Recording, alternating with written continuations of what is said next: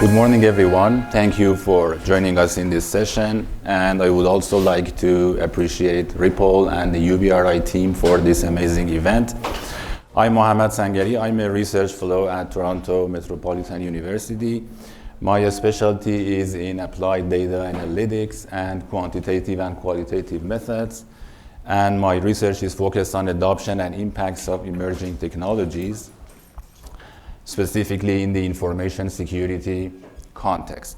So in this presentation, I am going to talk about adoption of blockchain technology in trade finance and supply chain finance, and specifically the challenges that adopters are currently experiencing. For this study, I had the pleasure to collaborate with Dr. Atefe Mashatan, who is the Canada Research Chair and Associate Professor at Ted Rogers School of Management, and also Karwai So, who has recently graduated from the MSc program in Management at Ted Rogers School of Management. And we are all coming from the Cybersecurity Research Lab. We are an academic research lab working on applied information security and privacy. And our research covers different technologies and different areas such as IoT, blockchain technology, cryptography, quantum resilience, and human-centered cybersecurity. And of course, we are doing all of those research projects with close collaboration with a range of industrial partners. All right, now supply chain finance and trade finance. So trade finance is basically a set of financial tools and instruments that are helping buyers and sellers, and mostly helping international traders, I mean exporters and importers, to finance their transactions. And I mean, this is an umbrella term. There are a lot of tools in this industry. For example, letters of credit, or LC, which is among the most commonly used ones.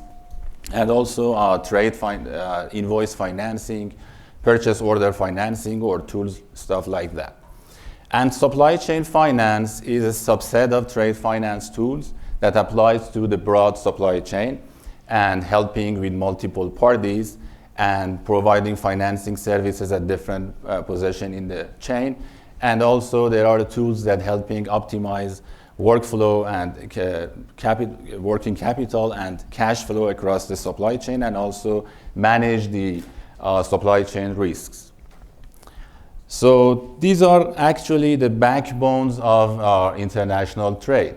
So I mean, there are several reasons that international trade is highly reliant on these tools. So they help increase available working capital for buyers and sellers. They help with providing access to funds, specifically for SMEs, small and medium enterprises, and also providing liquidity for the sellers. And of course, they help with mitigating the credit worthiness of buyers, again, very important for SMEs. And they help with mitigation of supply chain risk, for example, the risk of delayed payments or the risk of delayed receipt of goods. So they help with increasing supply chain efficiency by aligning financial flow with product and information flows of the supply chain. And also they facilitate fulfilling scale operations and large contracts. So they help with collaborations and relationships between traders, I mean buyers and sellers, and they are really important. So these are important reasons why we need these set of tools for international trade. But let's look at some facts and figures. So the recent estimates are showing that 80 to 90% of international trade is relying on trade finance and supply chain finance products. And the current estimation showing that it is estimated to grow in the coming years, especially for supply chain finance product. So there is a huge market here. And in addition to that, there is a huge gap. I mean, the differences between the requests for trade finance and global finance products and the approvals. So this gap has reached to $2.5 trillion for the past year. And the recent estimates showing that 60% of requests from SMEs for trade finance and supply chain finance products are denied. So on one hand, a huge market gap, and On the other hand, big market size. So the huge market gap is showing that there are several problems in this industry. And what are those problems? So first of all, siloed information. So I mean different parties in this ecosystem are using different platforms, and that results in increasing chances of miscommunication and also multiple versions of truth. There is a lack of supply chain visibility, so it means that it creates some trust-related problems for the parties. The processes in this industry are highly manual and paper-based, so this creates the risk of financing operations, and also creates the delays and inefficiencies. This is specifically applied to letters of credit. It also resulted in transaction settlement delays, and there is an inefficient onboarding process for new participants through Know Your Client or Know Your Customer or KYC process. So another big issue is the prevalence of fraud and vulnerabilities for double financing. There are several examples of that, and this issue has resulted in prudent verification processes, and that increases the administrative costs and also creates inefficiencies. And if you look at these keywords and these issues, they sound familiar. So I mean, these are the issues that blockchain technology is built to address. And as a result of that, trade finance and supply chain finance seem to be perfect use cases for adoption of blockchain technology.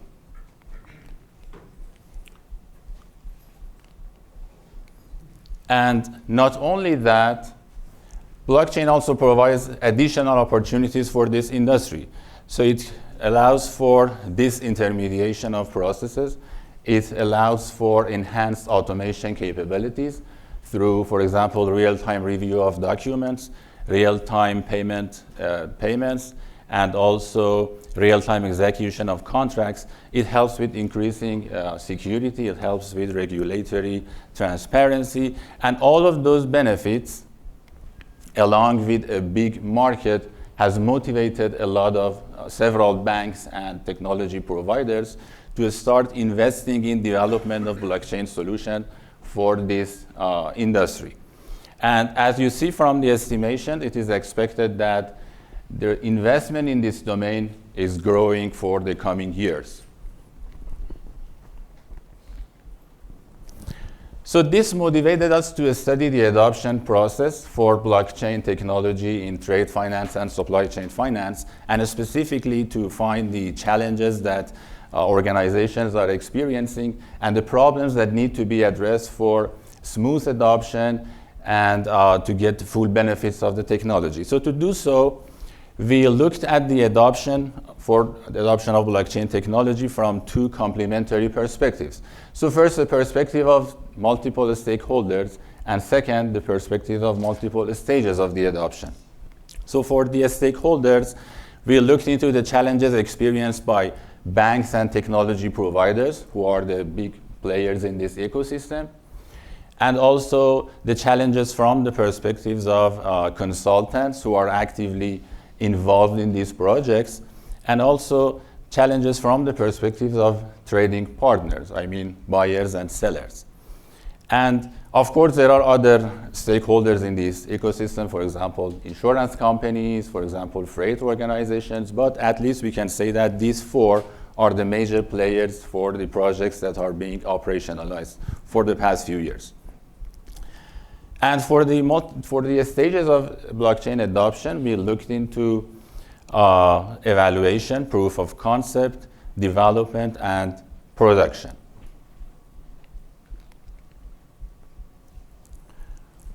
So we reached out to key informants in several projects that are being operationalized at different stages, and the key informants that represent different stakeholders in this ecosystem. We talked to 11 key informants about the challenges that they experienced, the lessons learned, and their adoption journey. And we classified the unfortunately, you cannot see that. We classified the adoption challenges into 4 categories. So first, the challenges related to the technology itself. Second, the challenges stemming from the organizational context. The challenges stemming from the inter-organizational gaps, and the challenges coming from external forces.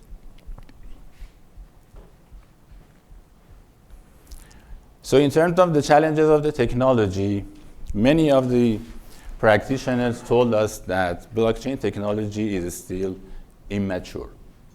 So it means that further development in different aspects of the technology is still needed. For example, improvement in performance, in data privacy, in consensus mechanisms, in security aspects. And that creates a barrier for adopters, because they may think that if they invest in the technology, the cost of investment may grow unexpectedly. Apart from that, several of the practitioners told us that there is a problem with the scalability. So because many of the technology providers have not reached to the limits of the technology to be tested at higher scale, so this creates another issue for adopters in this ecosystem. And the other problem is related to the interoperability. So I mean, because the projects are closed permission networks, this creates a challenge for adopters to choose the right network, and they are concerned that they may not be able to work with other participants. And this has been noted as a perceived need for interoperability. So technology providers told us that this has limited, and this is really difficult from the perspective of technical and commercial aspects. So instead, some of them provided their customers with participant interoperability. So it means that participants still can connect their solutions if they need to, but without requiring to get the entire network to connect. And there is another issue which may not be unique to blockchain technology, which is the lack of the problem with integrating the solution with legacy systems, specifically because the fact that supply chain finance and trade finance are mainly traditional industries. So this creates additional risk for adopters. And of course, there are other issues with technology standards and also cybersecurity problems.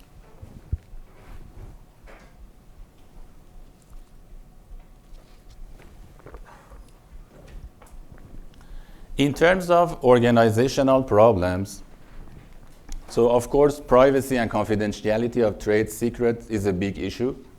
So I mean, order quantities, transaction prices, this creates additional barriers and problems for adopters. And another issue for the organizations is that the changes that blockchain brings to their internal processes is massive. So many of them are risk averse. So this may not be an easy and a straightforward thing for them to adopt. And also, projects require a unique intersection of skills. I mean intersection of skills in the underlying technology and also expertise in trade finance and supply chain finance. This is where consultants come into play, but there remains a limited availability of expertise in the market to support the demands. And another issue from the organizational perspective is that many of the non-technical participants still connect blockchain with cryptocurrency, which is still perceived to be connected to illegal facilitation of illegal activities. So many of them are risk averse and they are not interested in being connected to those things. And in terms of inter-organizational gaps, we found 3 major issues.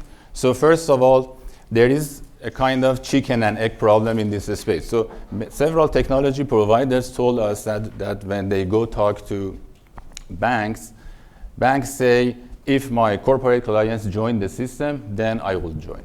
And when they go talk to corporate clients, they say, if my bank joins the system, then I will join. So this is a problem coming from the lack of widespread adoption of the technology in this space.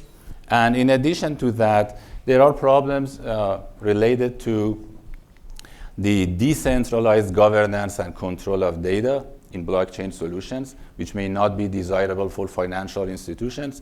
So this, on one hand, creates some problems in terms of a locked-in effect for participants. And in addition to that, it creates problem in terms of the difficulty of reaching agreement or the challenges related to reaching agreement between all the parties involved to implement all the decisions and policies. And with regards to external forces, so of course, legal and regulatory issues is a major barrier. Of course, because the participants in this industry are coming from a highly regulated industry. And in addition to that, because this industry, I mean trade finance industry, is a traditional industry, and the nature of the changes that blockchain imposes to this ecosystem is extensive, this might be again problematic because it requires a significant mindset shift in the entire industry. And some of the banks told us that they have uncertainties about the future demand of these financing products and the future of financing in general, so they may not be interested to invest until those things are more established. So to understand the priorities, we did some additional analysis to rank the identified challenges. And based on the ranking, you can see that the lack of widespread adoption of the technology is ranked as the most important existing barrier. And after that, uncertainties with legal and regulatory aspects, and also concerns about a locked-in effect of joining one consortium. And interestingly, if you see the classification of these barriers, you can notice that the top priorities are all coming from inter-organizational and external classification. So I mean, although technology barriers do exist, but technology barriers are not the most important issues at the moment. Another key point is about the diffusion of the technology in this space. So these solutions are network-based and multi-party, so it means that a critical mass is really necessary for adoption of the technology and realizing the full benefits of the technology. So in this way, it's kind of comparable to social media platforms, where greater number of participants can increase the benefits that they can receive from using the platform. And this highlights the importance of the need for a synergistic collaborative approach to involve all the participants and consider the motivations and restrictions of them in adoption of the technology in this industry. And another important point is that so this industry needs to go through a digital transformation, and blockchain technology can play a big role in this transformation. So I mean, many of the challenges that exist in front of blockchain technology are the challenges exist for successful digital transformation. So for a successful digital transformation, there is a need to address these problems first. Thank you everyone for your attention, and thank you. Thank you, Mohammed. I think we have time for a couple of questions, so I'll open it up for questions. Anyone, any question for Mohammed? Yeah.